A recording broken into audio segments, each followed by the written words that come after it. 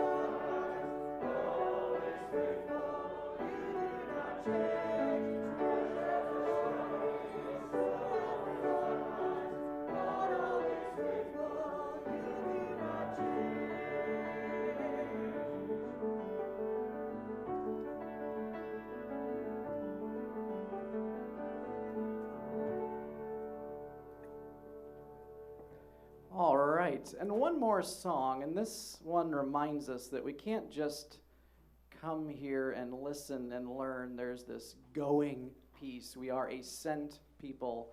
Jesus was sent to us, and we have to embody this sentness. I don't think that's a real word, but in missional language, I think it is. So, if you turn in your green hymnal to 78, this has that going piece. We will walk with God. We will go rejoicing. So I just want you to feel the movement of this. Once again, I'll try to teach it to you real fast and accompany you on the djembe, if we can do that. And maybe after the first time, when I go over to the drum, this sounds hokey, like little kindergarten stuff, but I think it's a good visual, good muscle memory. Perhaps as soon as the drum goes, if you can walk in place as you are singing this song to remind you that we are a sent people, that would be great. I'll be watching to make sure you do it, and you'll have to stand in the corner if you don't. All right, so the first line repeats, and then it just keeps going. So sopranos, you start off with a solo. Here we go.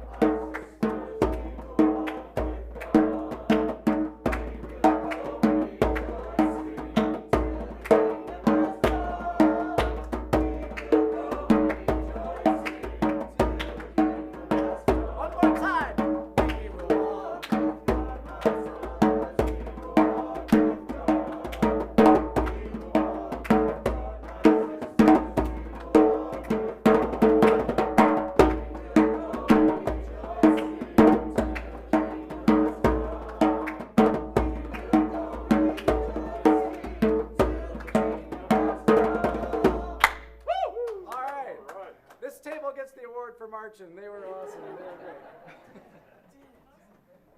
You get jelly beans? You get, no. Bragging rights only.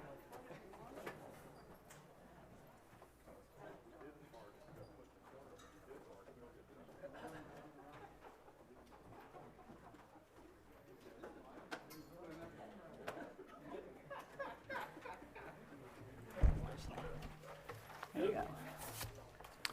Kevin, thank you. They did get the prize, I think, but you weren't looking around much. We were already in the corner, so we didn't worry.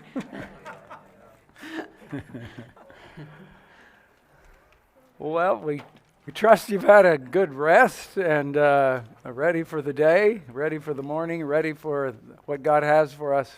I think you're going to be introduced to some really good things, and today is a side of, we started with Jesus as Lord at our center. We started with discipleship being a sequel to holding Jesus as Lord.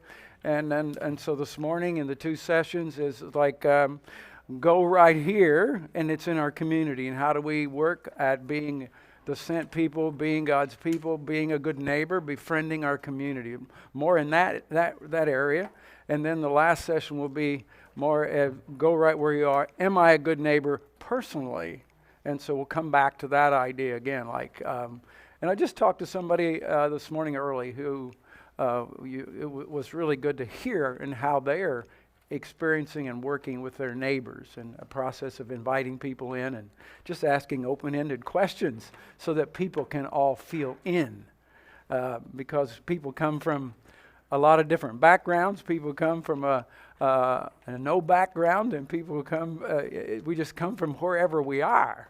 And so to start something with the neighbors that lets everybody in. And one of the things that we have been able to do, having our neighbors around our fire pit, two guys that have been a couple for 20 years, an Amish family, and another couple that I would call them, not today so much, but a few years ago, more agnostic. And we started with the question like, so how long have you lived here? Anybody can jump in on that one, right? And so it's a kind of an opening question. So that's just kind of a little bit of some thoughts about that. And here in this session, we want to talk about what is incarnational missional living? Big words, okay? And we'll talk more about that. What does it look like in our larger community, where we live, where we go to school, where we work, where we play, if you will? When Jesus is Lord and we're following Christ with all that's in us, how do we look for ways to partner with others to befriend the neighborhood? That's really an important thing. But there's this unspoken idea, and I'm going to ask you, what's the first thing that comes to your mind when you hear the word missionary? Overseas. The 90% answer we get is Africa. And somebody was asking us, I was with some folks in our community a few nights before we came, and they were asking about what we were up to, and told them we were coming to Ohio. And they said, we're going to talk about being a sent people, being missionaries right where we are. And I said, and we asked this question about, well, what do you think when you think missionary? And before I got done, this person said Ethiopia. It was just interesting. So it's ingrained in us, by the way.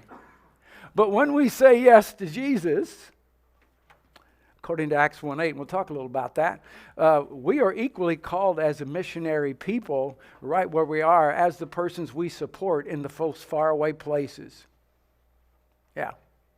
And this is so ingrained in us. My dad would have had a Sunday school class with some little ones, maybe 4th or 5th graders, and they're talking about being missionaries. And one little person raised their hand and said, what would you like to do when you think about missionaries? Well, I want to be a return missionary.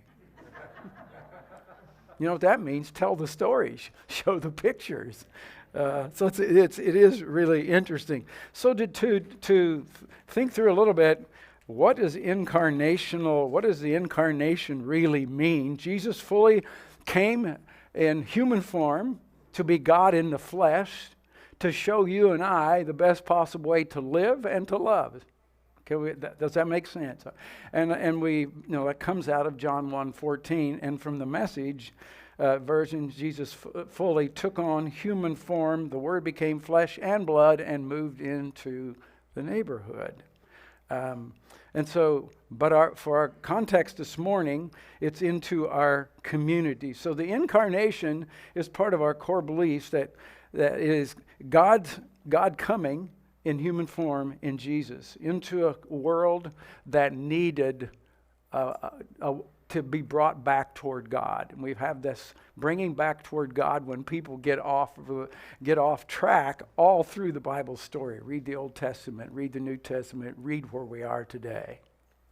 There's always this place of being called back. And the missional part is the going out part. We understand God so loved the world that he sent Jesus. That's the incarnation. We realize that the mission is more than one of the activities of the church. We sometimes have done a grid where we've asked people to say, let's put things on a flip chart like, what are all the ministries in your church? And missions comes up with one of those. And we turn it a little bit the other way and put missions across the top, and should missions not impact our worship, our kids, our group life, our teaching, and all of life. If we are a missionary people rooted in God's ultimate desire, of course, is to bring shalom, to be at peace with God, ourself, others, and creation, of course. So the missional side means sending.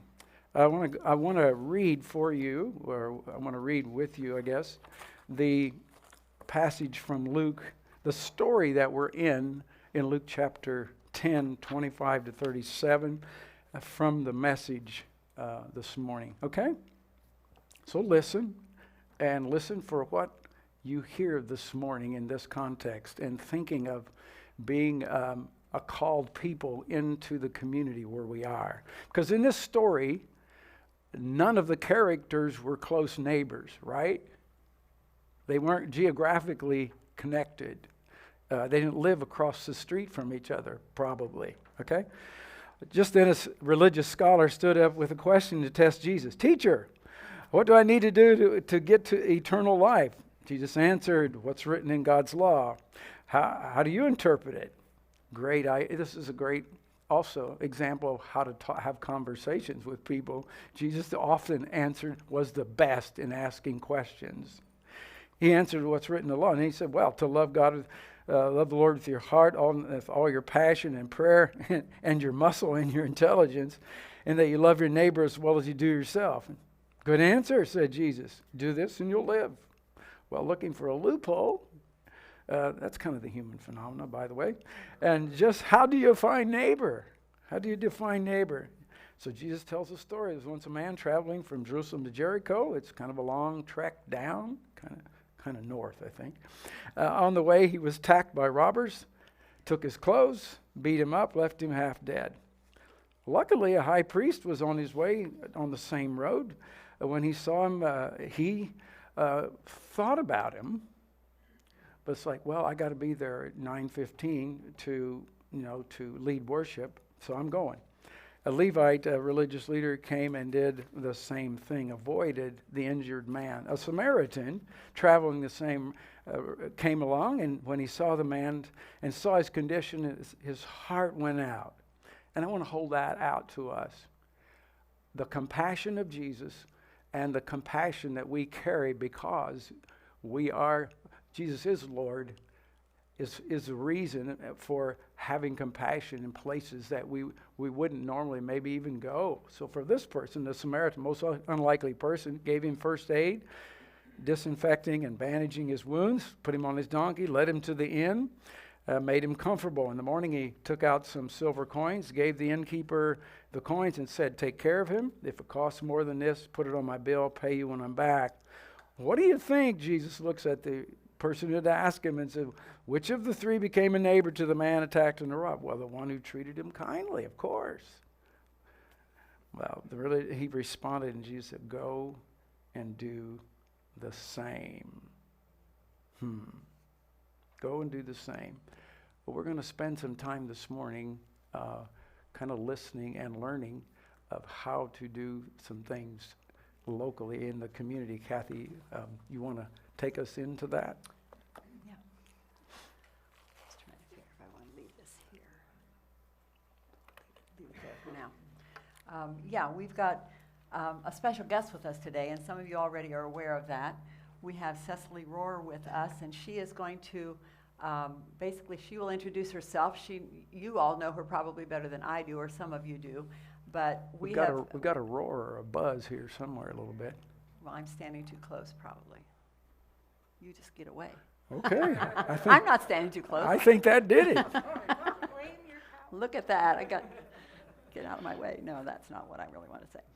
But Cecily is a person in the community, and she has found and continually has found ways that she has seen needs, and then she works to meet those needs. And it's really interesting to hear her stories. And so we're going to give her some time here, and then you'll have a chance to also ask her some questions or make comments along the way too before we continue. So Cecily, you want to come on up, and you're welcome to continue from this place on, and I'll probably, I don't know, we'll probably move out of the way. You said you wanted to just move around. I'm going to wander around. She's a speech teacher, so she doesn't stay in one spot. I'm not going to stay in one spot. I am glad to be here. And your opening song, I'm from the Lutheran church just up the way because I married a Lutheran. But that song, Listen, we do all the time. It's one of our very, very favorites. So they asked me to come talk about what happens in a small town in terms of outreach. What can go on? And I have a couple kicks, and by the end of my 20 minutes, you'll know what a couple of my kicks are. Because I think church folks have always said, come to my church, come to my summit, come to me. I want to say, get off your rear ends and go. Yes. They are out there. And so what I have some stories for you this morning are not Cecily stories. They're things God is just out there, his Spirit is out there hovering around and saying, get up and get going. And these are some things that have worked for us in this community. Okay? So, and I want us to think for sure that we are to love as Jesus loved. And I have 3 quick examples. All those Jewish men went around, thought they were the king on the mountain. They didn't even see the women. Don't even make eye contact with them because they're kind of got cooties, we said in elementary school. And what did Jesus do? He got to the well and he said, how's your day going? To a woman. He went outside his tradition and said, how are you doing? How about the lepers? I mean, we know they belong on the other side of the wall. And if they're going to come around and join us at all, they must announce themselves. Jesus went to the lepers. I think we have to change our thinking and take Jesus out. If they come, okay. If they don't, okay. But in Sunday school, we used to get little pins for how many people you brought in. Oh, boy. How many people outside know you love them and care, and you have given them value? That's my kick. Give them value as Jesus gave them value. And I'm just going to run down some things we do here in this community that have worked. First of all, my number one thing right now, at least, is homelessness. In this rather affluent Midwest Ohio town, homelessness abounds. And if you said to people, even in the Mennonite churches, homeless? Oh, no. You ask the school superintendents, oh, no. I want to tell you, it's because they want to look just like you. They don't want you to know they are homeless. They don't want the school to know they are homeless. They might take the children if they're living in the car. Homelessness abounds here. And that first came to me in May of 2000. A mother and her 5 children were in the street, just up here by the railroad tracks, if you go scouting around later, with nowhere to go. And in this community, we now have, the churches all went together, and we have a friendship house. It is a very modest home, 2-story home on Main Street. The churches all paid to buy it, and we have a house mom there. Not all the houses I'm going to talk about have a house mom, but we have a house mom. And if they are from Archbold or the next little town, Pettisville, they would be eligible to come. There are some bigger shelters in neighboring communities, but I think a family in crisis, the kids should get to go sit at their own desk, play with their own friends at recess, and although the public schools in Ohio are required to transport the children from where they wound up in a shelter to here, how many days do you think it'll take to work that paperwork out? So we have a very modest home with a house mom. The churches in the community support it. It is called the Friendship House. Okay, so then, and that's been running since we opened in '02, so we've got 20 years under our belt up there. Then, if you drive around, you'll see we're big into farm country, and farmers buy up a chunk of land, and there's an old farmhouse in the middle of it.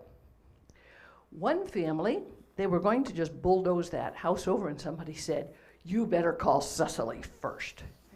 They called me. It's a farmhouse down a long lane, surrounded by fields and factories, and I have my sex offenders released from prison in there. Whew!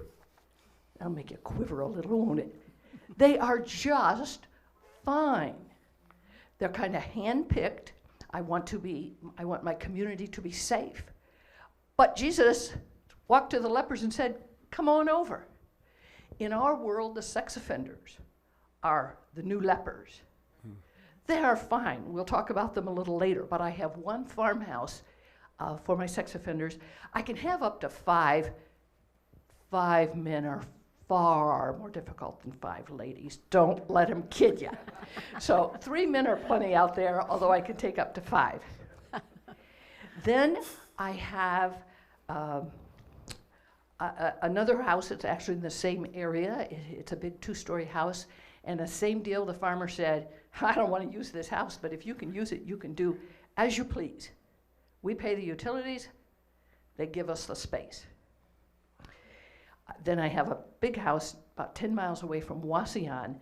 The houses from the farmers here were given to us just to use. The big farmhouse with big white barns, about 10 miles down the road, it was deeded to us. It is ours. We can sell it, we can do whatever we want. And that is nice because we can rent the barn to put in campers, make a little money. People want to store their stuff. But we have more homeless, and what are we supposed to do with them? We have nothing for transients. If you come through, and do you have a place? No. We'll pray for you. Goodbye. No, that is not what our Jesus would have done. So right now, we have a motel north of town, and they have closed the motel. And there are people living in their cars in this affluent community. So the people out at the motel have allowed me to rent those rooms by the day at $25. And so I can put homeless folks in there, at least in the winter in Archbold, Ohio, you don't have to sleep in your car. One short story, I don't want to get hung up here, I started my little watch. But they were living in their car, and the guy was working. Lots of homeless people are working. And he had a job, and he came to town, and he parked in the lot. But she had to come and sit in the car for the whole 8.5-hour shift because it was her house. Now, gang, we can do better. And that's what we're working on in this area. We have also countywide a furniture ministry. It's sort of like Robin Hood. Do you have an extra dryer at your house? Oh, he's gonna give me his boy. Lots of people. The washer goes bad, but the dryer's perfectly good. Oh, but we want a new match set. We're kind of big into things like that, aren't we? So they call my husband, Jerry, and they say, hey, we've got da-da-da-da-da. He and his merry men pick them up, and let's see. You came late, a little late to your table this morning, so your dryer might not have been working so well. Yeah. So my husband, Jerry, and his merry men, the Fulton County Furniture Ministry, picks up his dryer, takes it to you. And you've got a whole junk drawer full of extra soup ladles and mashers, and more than anybody would ever want. But you need some soup ladle because you were evicted and they said go. You didn't even have time. So you can have her stuff. We just share stuff. And Souter is a big employer in this area, and Souter has given the Fulton County Furniture Ministry a corner of their warehouse.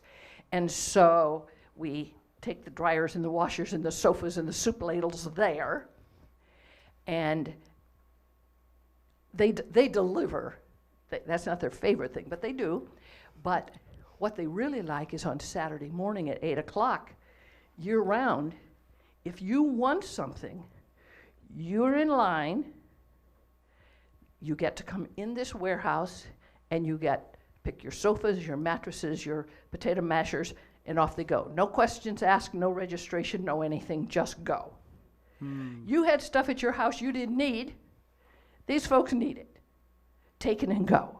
And that's been going on about 25 years, I believe, here in this community.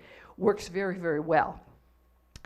And as part of that, does your whole Mennonite culture know the care and share here? Local people, so you would all know that? Okay, well, let's say we get a call and they have a a really nice oak curio cabinet, glass, light inside. Our people live in trailers and tiny little houses with lots of kids and extra pets. So that curio cabinet, they aren't going to take it. But Karen Share here in town, the furniture guys have a deal with them. So if they get something really nice, you have a curio cabinet?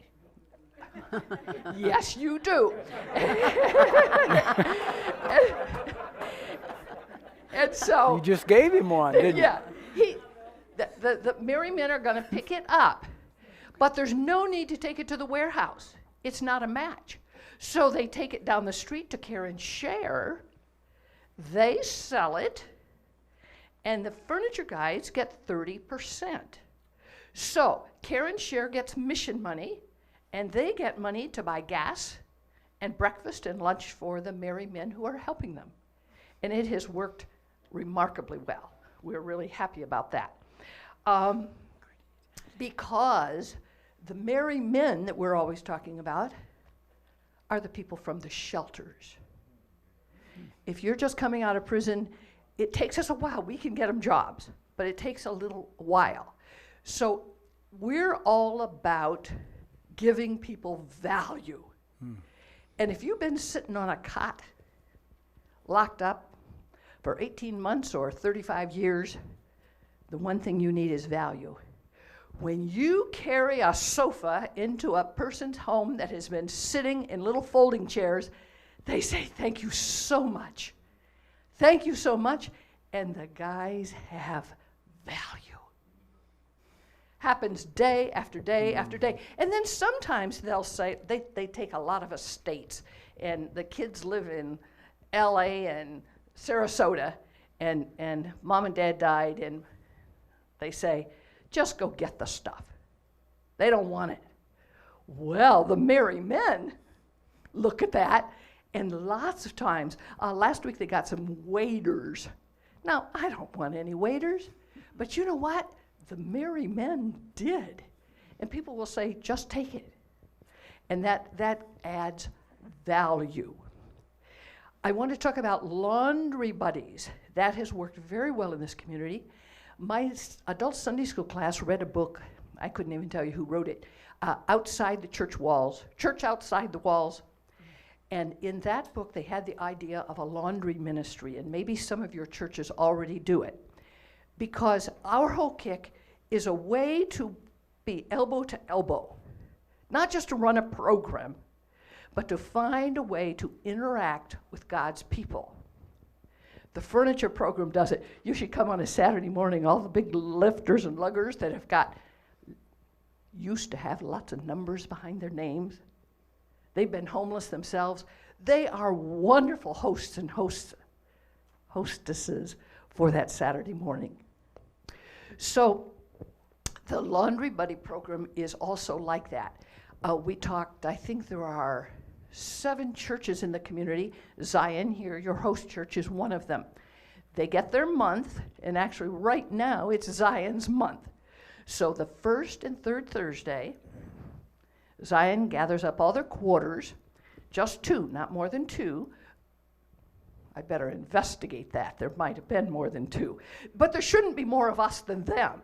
And the idea is that we invite people in the community that we've met through furniture or homelessness or living out at the motel. They get a card, and they get to come to the laundromat on a specific day, Thursdays, first and third. And then the host church, in this case it's in Zion, hey, how you doing? Hello. And they put the quarters in the machines. The whole idea is to talk with them. What's going on? Hey, last time your grandma was getting ready for surgery. How did grandma do? It's not about the laundry. It's about the relationship. And Laundry Buddy works really well. Doesn't break anybody up, but laundry is exceedingly expensive. So during COVID, we gave them rolls of quarters, and they went to the laundromat. And there are people who said, "Let's keep doing that." Well, it's easier. But it's not what we're about. So Laundry Buddies has worked very well. And I would say we're on maybe our 3rd or 4th year of Laundry Buddies. We run a big Fulton County Christmas cheer program. The one thing that sets our program apart and we're proud of is the idea, we're talking about value, right? Value for all the folks. They register, but then we build a store in a pretty big building at the fairgrounds. All the detergent is here, all the canned meat is here, all the everything is here. And then they get to select dignity, value. What could you get? 3 items from this section. You get 4 items from here. You get 3 boxes of cereal. And you fill your own box. Critical. Instead of just giving them a box. If you don't like canned peas, what do you want? 2 cans of peas in your box. You don't. Value. Let them pick what it is they want. It works. You still have control over the amount, because we've counted every single item. Okay, that same Christmas cheer ministry also takes donated cars. People just give them to us. I write them a receipt, and I can put those cars into the hands of folks who don't have transportation. And in this area, transportation is huge. Huge. So cheer gets the cars. We pass them on. Right now, we're having a terrible time. And I don't know if this works nationwide, but it used to be if you had a car, if you wanted to sell it, you put it alongside the road and hope the neighbor stopped by and bought it. Now, there are all these buy here places, buy here, pay here. Ooh. So, you just, even if yours is barely running, take it uptown, take it to the dealer. They will pay you for it. So the used car that would have come to us for folks without transportation, then it goes to a buy here, pay here spot. They shine them up, polish them up, put them on the lot, $10 down, $10 a week. You can own this car and you'll be broke and it will die long before you get it paid off. But it has dried up the market for cars that people just give us. All right, but that is the transportation element is huge. We have a fish food pantry here that works well. It runs on the same system of come in and choose the items you and your family would most want and need, because as you probably know, food stamps won't buy deodorant, detergent, toilet tissue. So we kind of go big in that. So the fish food pantry is open to this community, and it's supported by all the churches. The last comment I wanted to make, and then I want to open it up for some questions. But when I got into this, I thought homeless people needed a bed. Well, I can get beds. Are any of you staying out at the Arch Motel? All right, not the Arch Motel. Anybody who's staying out at Souder Heritage Inn? Yeah. Oh, your mattresses are nice because they just traded them all out and we got them. And they were nice. So you have nicer ones, but ours are really nice. We like it when people kind of fall into our little trap like that. So, when I first got into this and took the mom and her 5 kids off the street in Archbold, I thought they needed a bed. They need so much more. They have nothing. They have no pride, they have no self-esteem, they've lost whatever fumes they had in their tank to keep going. And they may need mental health help. There are so many things people need. Not everyone has to be homeless to have a need. People might be having a terrible time raising their kids. Their kids are just driving them nuts and they don't know what to do, and they yell and the kids yell back and they yell again, and that hasn't proved to be very helpful. Other people can't manage their money. And they fail, they're going to get evicted again. They've got jobs, but they can't manage. That is a skill set. So in my little head, I thought we needed a program to take care of those folks, and that is called Shepherd's Circle. And people of faith would know that we follow the Good Shepherd. But people with not faith know that shepherds take care of sheep that wander off from time to time.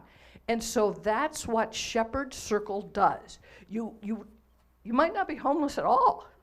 You might just be out of money. And you went to the Methodist church for your rent in December. You went to the Catholic church in town for your rent in January. You got down to St. Martin's Lutheran Church. And finally, I've got the church secretaries pretty well able to say, what did you do for rent last month? Oh, I borrowed. That's when the church secretaries and the school principals and so on should say, maybe you should call Cecily and we can get you a shepherd. Because all the churches in town put money into the Shepherd's Circle pot. And let's see. It's this guy. It's this guy right here. And he needs an alternator. Everybody needs an alternator. They should make those better, you know? He needs an alternator. And so he says, hey, I can't go to work. I need an alternator. Will you buy it? Do you have a shepherd? No. I don't want a shepherd, whatever they are. I don't want one. Well, then, I'm sorry. We won't help you. But if you had a shepherd, it's an 18-month commitment from both the shepherd's point and your point. If you had a shepherd and you need an alternator, I'm going to the community pot of money and the shepherd that was assigned to you, here, get your alternator. If we know what happened to their money, we'll share ours. But you can't go to the Fulton County Fair, which is the event in this area, let me tell you. You cannot go to the Fulton County Fair and spend $170 and come back and ask if I'll pay your electric bill. The answer is no. But if you have taken a shepherd, we know what you did with your money. And you can go to the fair, but you can't go for $170. Eat at home and go on youth day. That's what a shepherd does. A shepherd is just a common sense, faith-based person who walks beside families who ask. And it avoids, there's no dignity in borrowing your money for your rent from this church, then this, then this. We're talking about giving God's people value. We do that when we walk beside them. Long term. Walk beside them at the laundry, through their homeless journey, through helping parent the kids, getting their bills paid, whatever it might be. I think that's where the love of Jesus gets into the community. Mm-hmm. They may never walk in your church door. Jesus wouldn't really care. You know, I don't know any scripture that says, I'll meet you at the temple at 10.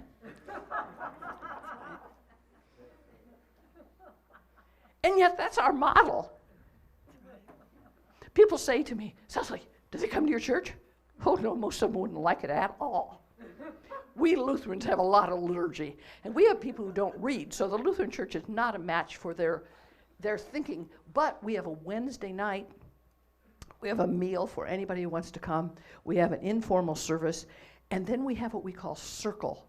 And in that circle, if you needed a church term, you might call it, there are my 20 minutes, you see, it's buzzing. You might call it Bible study loosely. We do just exactly what your presenter said. We start with, we were talking about death 2 Wednesdays ago, and we were talking about how we respond to death. And we respond mostly in the way our parents responded. I'm real involved in the black community. And you want to talk about grief. They're good at it. We just button all up and say, I'm fine, thank you, I'll be okay. We all respond to that differently, but in my circle on Wednesdays, we don't start with Bible-y things. We start with heart things. When were you hurt? When did you feel like you were on the outside? In that circle, every Wednesday night, are 3 sex offenders. Every Wednesday night. People who've been in prison on other charges, and sitting right next to them is the retired vice president of the community college. It is a group of folks who enjoy each other. We work real hard on first names, real hard on that. We want them to call them by name in the grocery store, at the dry cleaners. And those are the things in this community that have worked for us to take Jesus into the community. Amen. Now, our system may not work where you are, but you might be able to build on it or take a turn that suits your community because folks just love it. Folks love it when they are given value and included. And I did a program for some young people from this church in Central the other night, and I'm trying to get them to not think about a service project. I get lots of calls. Cecily, would you have a service project for our kids? I just want to jump up and down. Service should not be a project that starts at 9 in the morning and ends at 1. Service should be a way of life. And it's when we're out and about that we can reflect. Now, service projects are good. You can get a lot done in a little time, but that shouldn't be our total. We did a service project. We do one every 6 months. Oh, thank you very much. So, I want to open it to questions because we want to stay on schedule, but they asked me just to give you what's going on here and how has it worked. So, question, what do you want to, something that made you mad, something that made you sad? What are you thinking about? We can share a microphone. There's a mic at the back. Oh, there's a mic at the back. Okay. Somebody?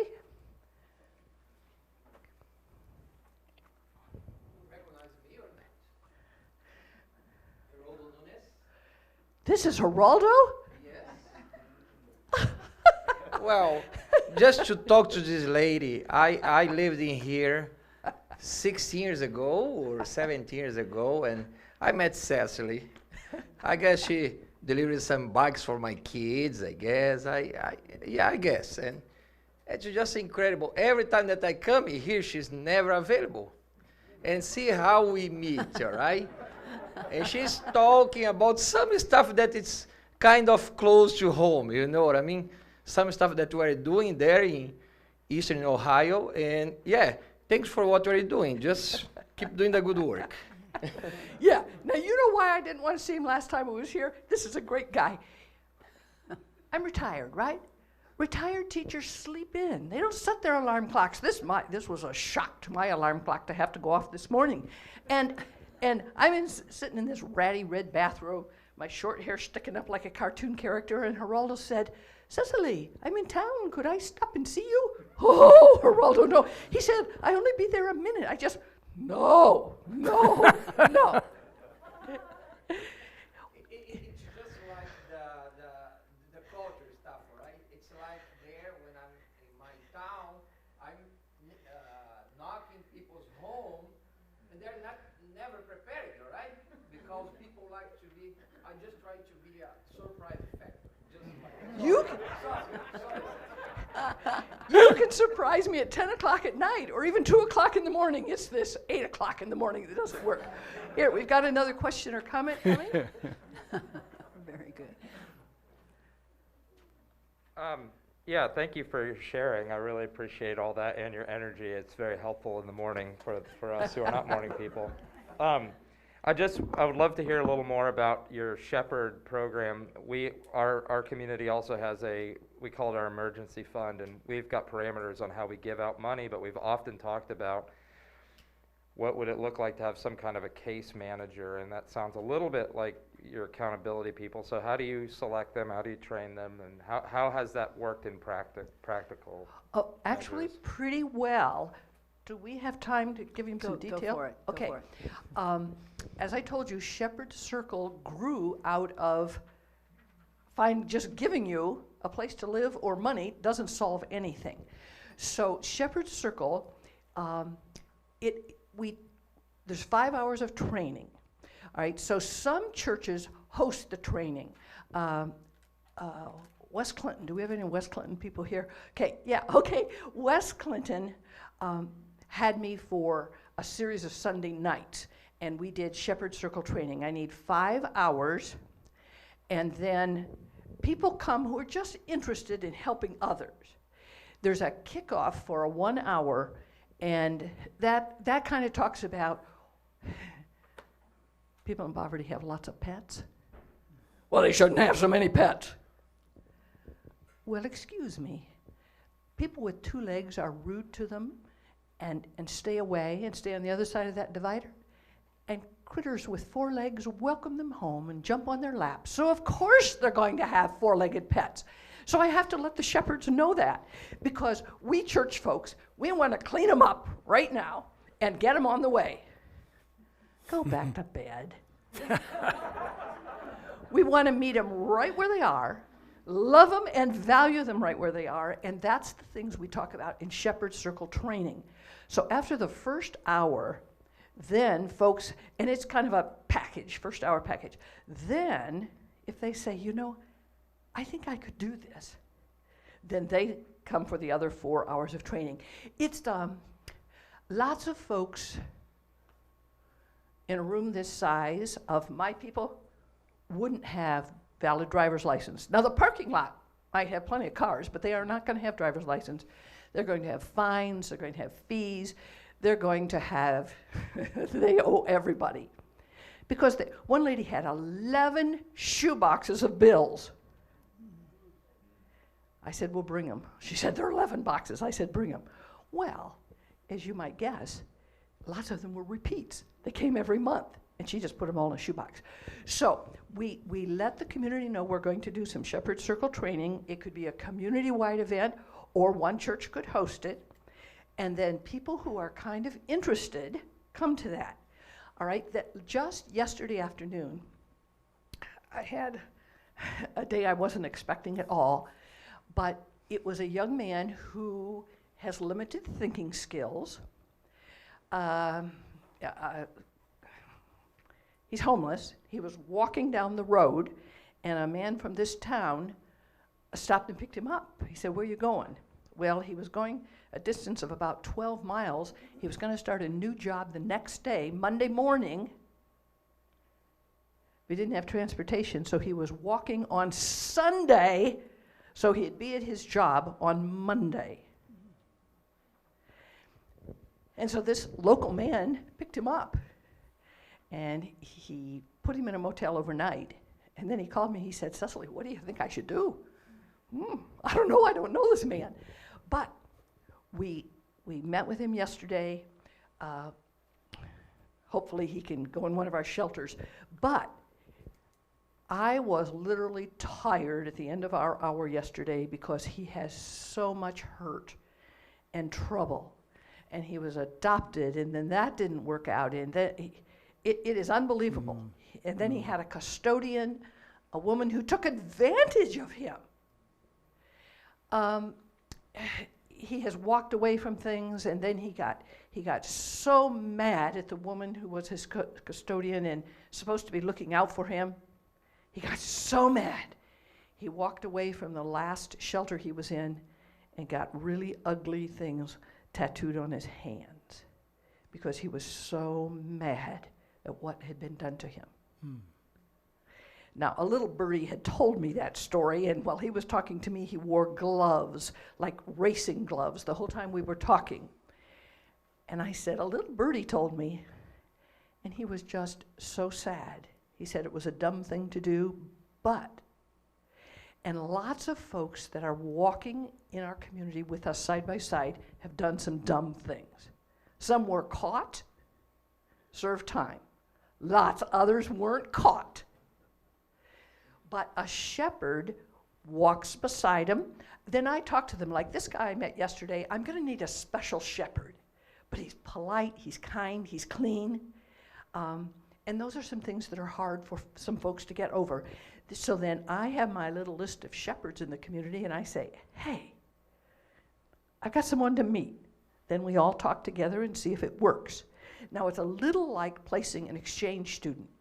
You might get an exchange student, and you're a fine family, and the student is a fine family, but you aren't a match. So that's not the end of the world. I'd like to think I did it right the first time, but we'll get another shepherd. With an 18-month commitment, someone after the program on Wednesday night said, how much time does it take? Is that service project mentality? Well, if I save an hour a day, will that work? Oh no, yesterday I wasn't even home till 7:30 last night. Because sheep need attention.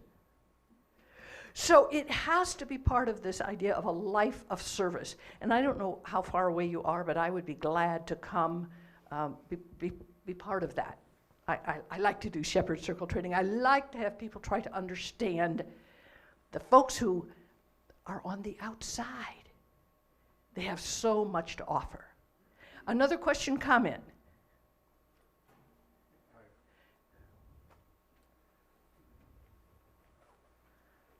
How do you walk the road of folks in your temporary housing that don't seem to be, for whatever the case may be, unable to get themselves able to be out of temporary housing? Is there a place where you ever have to evict or kick them out or say? Oh, yes. How do you walk that road? And maybe we can talk personally. Okay, well, first of all, they have a contract. It's a very simple contract because reading isn't most of their skill level. But you need to mow the lawn, keep your room clean, You have to be in at 10 o'clock or I have to know where you are because I take them in and I'm responsible to my community. I do not make them go to church. I invite them, and our church works well because we have food, free food. There's not even an offering basket, which take away your offering basket if you have it. Take it away.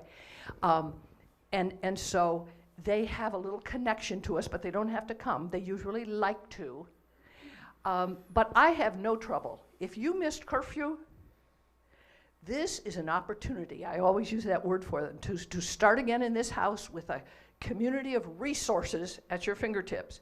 If you are not ready, and I always try to use that word, I would not put them in the trash can and screw on the lid. But I would say, you aren't ready, because by the time you get to me or my house, you better be ready to go. Now, we'll help buy the steel-toed boots. We'll get you to work. We've got somebody picking someone up every day to go to work. But if you aren't ready, then you must go. It's that simple, but it's not forever. Actually, I have a guy with me right now out at Walt's house at the where the sex offenders are, he's recycled, he's back, and doing things very well. Most of the problems with the folks who are in trouble with the law are they don't want to take orders from anybody. So if it says 55 miles an hour, they're going to drive 75 and don't tell me what to do. If it says turn these papers in by the 10th of the month, I'll turn them in while I darn well please. So a lot of it is just getting them to see that you have to play the game by the rules. And when they are ready for that, we can soar. And if they aren't, anything else? You all set? Well, thank you for your attention. I like to talk about my people.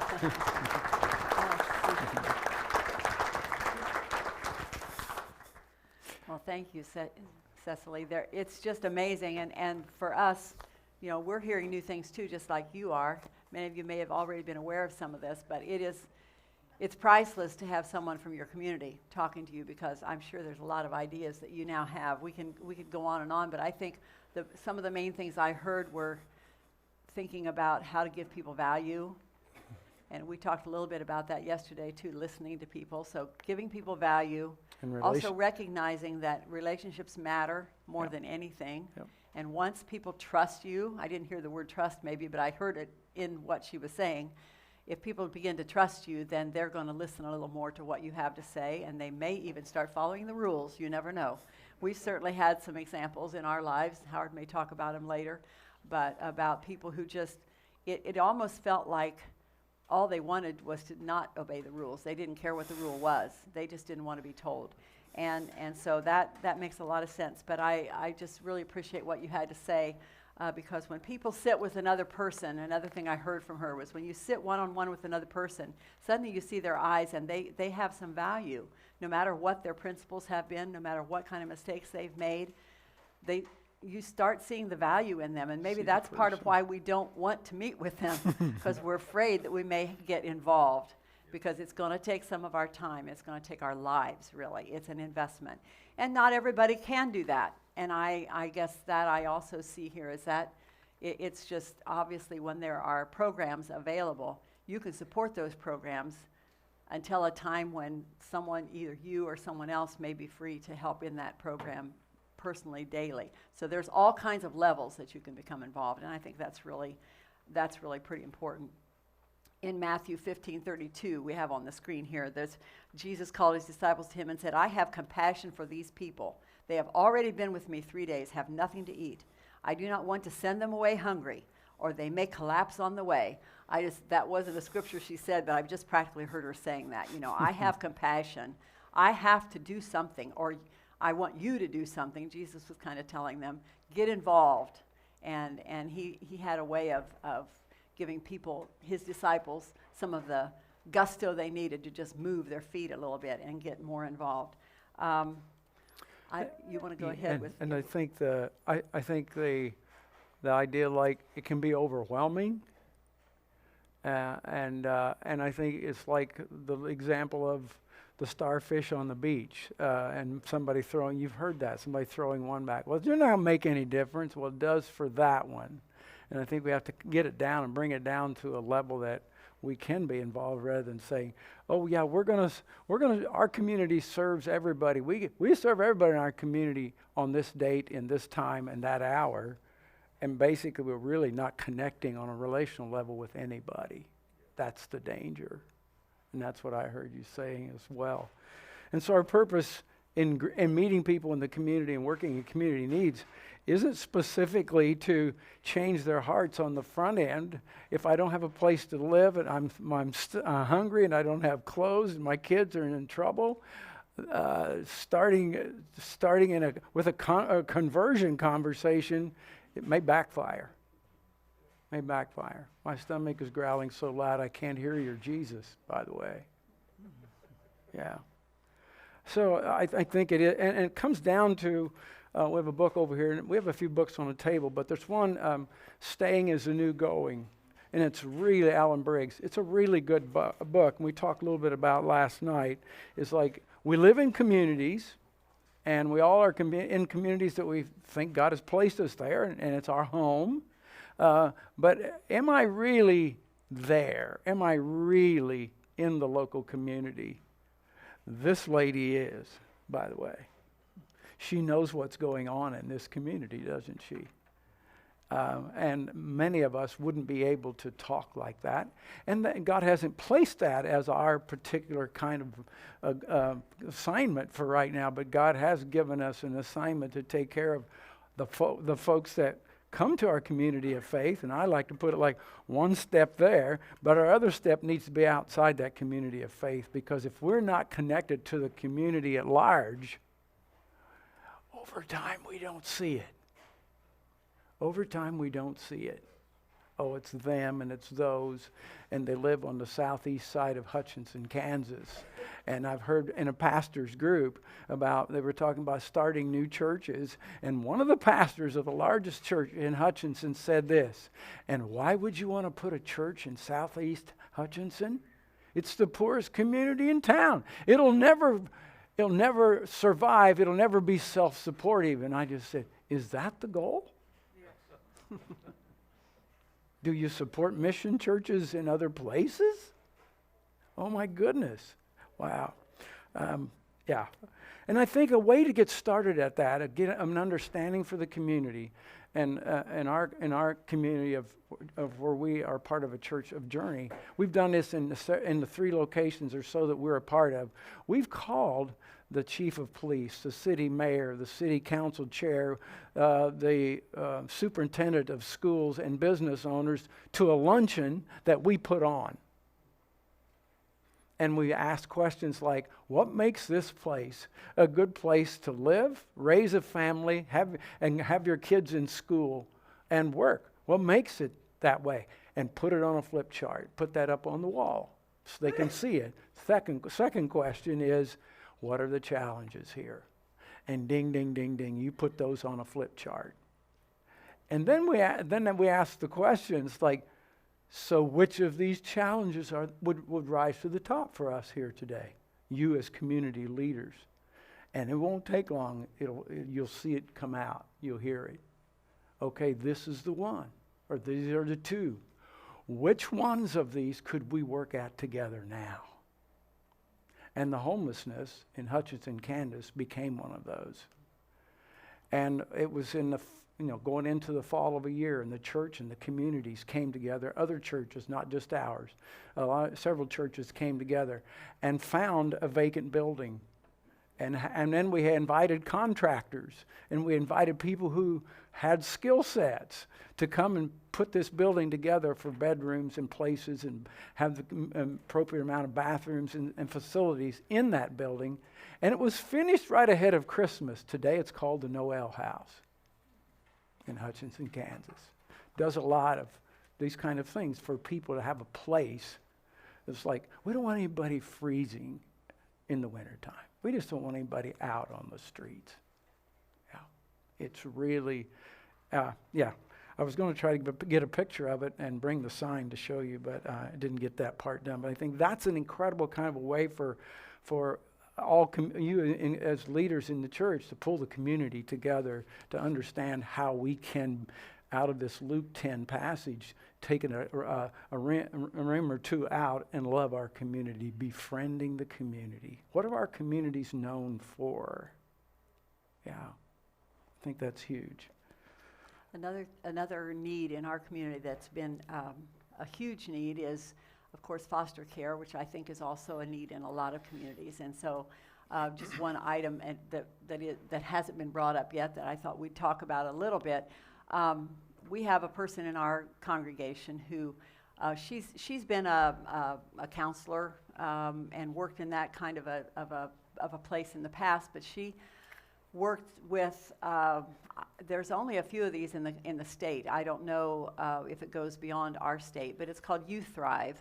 It's capital YOU and then capital THRIVE, and this is a group that works with young people who are aging out of the foster care system. That's a huge problem.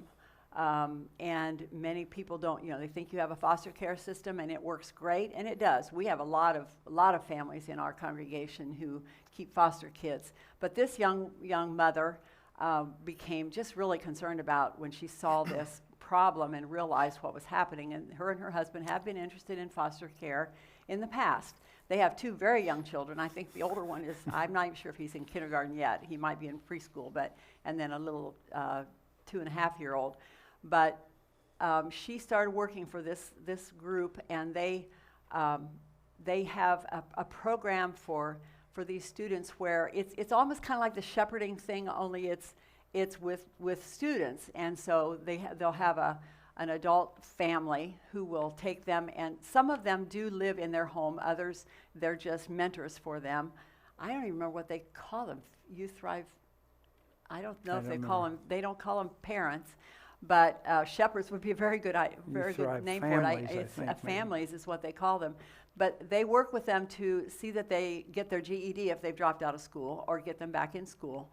They work with them to get a driver's license. They work with them to try to help them find a beginning job. And these students are required to meet various criteria in order to continue in this program. And so at this point, there are only like, I think, 6 to 8 young people in the whole town of Hutchinson, which is a 45,000 people. So At least that we know they of. don't. That's the ones we know of. But in the Youth Thrive program, they're limited in the number of homes they have, and so it's still kind of growing. We're hoping, but And we've had a person in the church who bought an old motel an and old kind of motel. refurbished it, repurposed it, and it will be open for some of these people to live as a starter place with a person that's going to be kind of the caretaker for these kind folks. of a home, an yeah. adult to be right there. But it's just kind of interesting because it matches what you're saying as well, because there's criteria they have to continue to meet, or they lose out, and so of course there's only certain students that are gonna obey the rules, but we're seeing that begin to function as a really good way, because you're starting to see people who grow out of that and they actually get to go to college, or they actually get to go to a trade school or something like that. And it's exciting when you start seeing that happen, and of course it gets more people involved. But this particular young family, they took a young boy, and he is 16 now, and last week they adopted him. And they did not get into it thinking that's what they would do, but she said, in her story, in fact, I called her before we left. I said, "What prompted you? What was the thought?" Because I knew they were involved in foster care, but what was it that just hit you that you felt like this is what you wanted to do? And she said, "I really don't know." She said, "Our families, both her and her husband, have grown up in families that just had people around the table." And she said, "We often had people from the least of these." And I know her mother-in-law works at a crisis pregnancy center. So yeah, they've always kind of moved in these circles of people who have needs. And she has a natural heart for the less fortunate, and we both did. And it just seemed like this was a natural thing to do. And as soon as we brought him into our home as a foster child, and he was already at that time he was 15 still, but it just felt right. That's all she could say. She said, "I don't know, I just have a heart for it," and it felt right. And so this is a big undertaking. I mean, this couple can't be but in their early 30s, and they've got a 16-year-old they've adopted. So this is a huge leap. But the church will be supporting them as much as they can, spiritually, emotionally. And I know this young boy has already been a part of the youth group, and he does have a heart for moving forward. And you just see when you give people hope, you can see a new look in their faces. And it doesn't always work out that way, of course, but it will work when people are working with them. And so I think we'll probably maybe move forward from here. I don't know how much time we have here, but Is it I think there was 10:15 or something like that we're supposed to be done? I kind of forgot. Okay, 10:15. what is it? It's, How much is that? Yeah, we've got up to 20 minutes left. Okay. One of the texts, again, we want to come back to would be the John 1:14 text. "The Word became flesh, made his home among us, full of unfailing love, grace, and truth, and we have seen his glory." This idea of being the incarnation of Jesus, being on skin, getting in the game. One of the visuals I have from being at a conference with Mike Frost, who has been a writer from Australia that felt a call to be here in the U.S. as a missionary trainer for several years, tells a story. It's not mine, but it's impacted my ability and my receiving communion. I can never do it the same after the story. And he would say they were at a conference such as this. And at one of the other churches in town that maybe had an activity center, they were going to go there for that activity center for an evening with communion. And when they went in, there was a clean floor. Everything had been taken off the floor. There's a tarp on the floor, and it's full of city trash, and there's juice running out of it. And nobody knew what that was going to be. And out of a room came two people with robes on and said, we want to offer communion to you this evening. And went like this: have you recognized and realized in the incarnation that God so loved the world, and when Jesus came to earth, he stepped into the mess of our world? Only Mike Frost used much more graphic language. And they said, we're going to step into this trash, and you come and receive communion. But don't come if you're not willing to be what Jesus calls us to be. Don't come. Take it and recognize a part of our call is to be in the mess with people. That's part of our call. And I'll never forget what he said. He said, I couldn't do it for a while. I stood there for 10 or 15 minutes. I didn't want to pull my shoes off and walk in that stuff. Stinky mess. But he said, I'll never be the same. That story has made it, I can't take communion the same. And so I offered that to you as well. It's like, think about what we are saying when we offer people the bread and the cup. And we take it and say, yeah, do in remembrance of me. Okay. For today, when we're taking this Jesus who came in human form and skin, and we're, as the Father sent me, I'm sending you, just like I was sent, to be skin for and get in with the mess of people's lives. And what really happens to us there? Many of you know this. When we're in the mess of people's lives, just things happen to us that we're like, how did we get here? I have no idea what I'm going to do, how I'm going to go forward. Not at all. We had a family that we were working with in the community that needed a lot of help, and it took that car and job and all of that, and had a son that had some needs, and he's 25 and his meter red hot, always angry. And it turns out, his dad was married 3 times. There's 3 different sets of family. And we got acquainted with them and helped the family with some things. They had some goats and needed some hay, and we have some hay in our place, and so they'd come and get 2 bales a month for the goats. But they would call maybe halfway and say, we run out of gas. Would you come and get us so we can get the hay? Or we have a flat tire, or we don't have the money. And you just do it. And I don't say this for anything for us, but you just do it.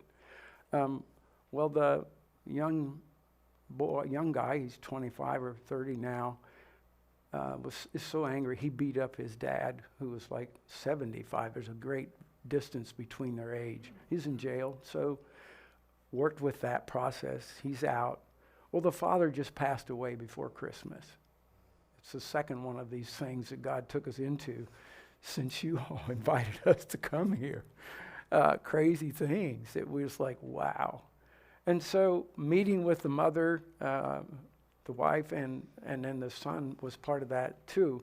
And we're going to have the graveside 20 or 30 miles away, come back to the church for a celebration, and then have a lunch together. And the son lived a few miles further away, and so the mother set the time at 9:30. Then we'd have time to come back to the church, so lunch could be around noon. It all seemed good until this son heard the time, and he went off the rail. How could you, with very, very descriptive language, set a time that's going to make, I can't get up at 9, I can't be there at 9:30. It's too far to drive.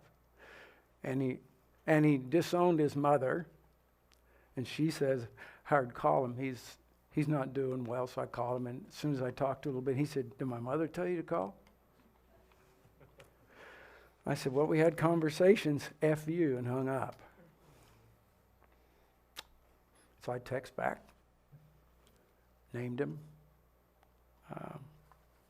I said, God loves you, and so do I. F you. And the morning of the graveside. I knew he'd feel bad because he's never been able to back off of something. He doesn't have that kind of capacity. So I texted him and said, I want you to know I'm okay with what you shared with me. I don't hold that in any negative way. I said, words do hurt. I wasn't going to not say that. And so we gather for the graveside, and he holds things up for almost 30 minutes, not showing up. Because that was going to be the only place, because of financial things, where the casket was going to be open. So you have two of the family systems around in January, and cold as could be, and we're waiting on this young man to show up. It was enough heat that I asked a retired officer to be at the church for the gathered service. Today, I'm still trying to text and but he won't return. He won't return my We text. don't have goats anymore, so he doesn't need any hay, you know. So we got to find another connection. But he won't return since he was angry. I think he feels bad and has no way of understanding how to do that. But the community has helped them fix up their house when it burned and helped them get a car.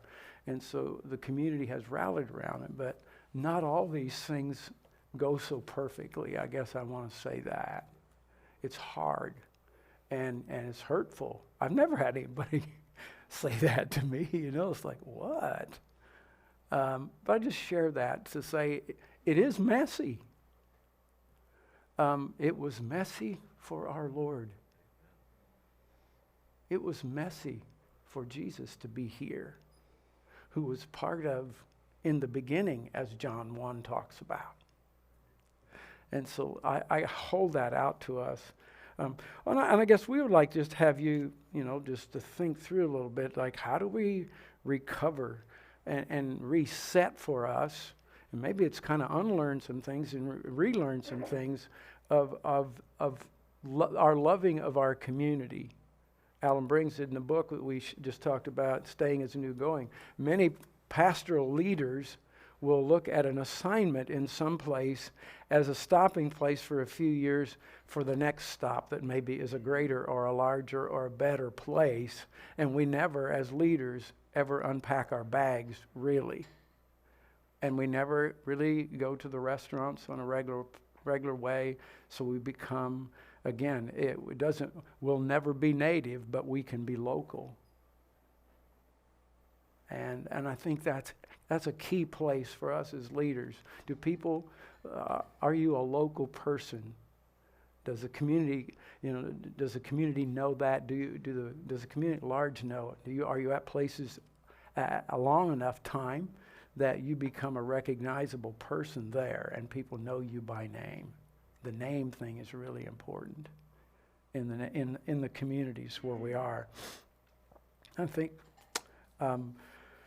again, going back to the handout sheets that are the yellow ones that are on your table, we want to give you time to talk about some of the things there, and there's references there. I like Alan Briggs's statement from the book, which says our mission trip started the day we were born and it ends when we take our last breath here. And connecting in our community, being interrupted is part of that. I think of Jesus on the way when he got the call that Lazarus was sick. He got interrupted on the way. Didn't get there as punctual as his sisters thought he should have. And our journey with Jesus in the community is going to be like that. And so when you think, what are the things that are blockers? What are the things that help us? And what are the things that block us from being all in? Just saying, I'm in my community. And for some of you here, I've heard stories, you are. For some of us, we're kind of in. And maybe for some of you, it's like, no, Howard, I'm in an assignment for a short period of time here. It's not a place I'm going to unpack my bags emotionally, because I'm looking for another place. And I'll encourage you, let the place where you are be your home and go deep. So look at these, look at the questions there, and then we'll take a break in 10 minutes, and then we'll dive into the next section. And we want to hear some feedback from you. We may have the feedback as we begin the next section. Okay? Bless you for the next 10 minutes, thinking through what you've heard from the morning so far.